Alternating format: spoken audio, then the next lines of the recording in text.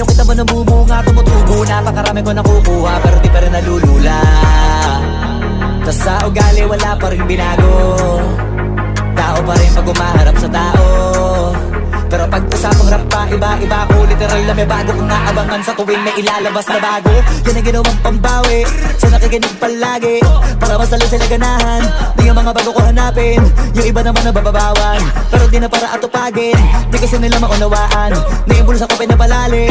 Kahit pa paano naman naganap ako paunti-unti, gumalaw ng Pinoy, hindi maitatanggi. Iba din na laking munti, pila may anting-anting, sa galing may malayong kunting, naging kambing sa dami ng hinahin na putahe, pwedeng akalaing malaking kantin. Yung iba nakahalata na sa pangalan naglaka, nagiging malalapit lalo pag babaliktad na binasa.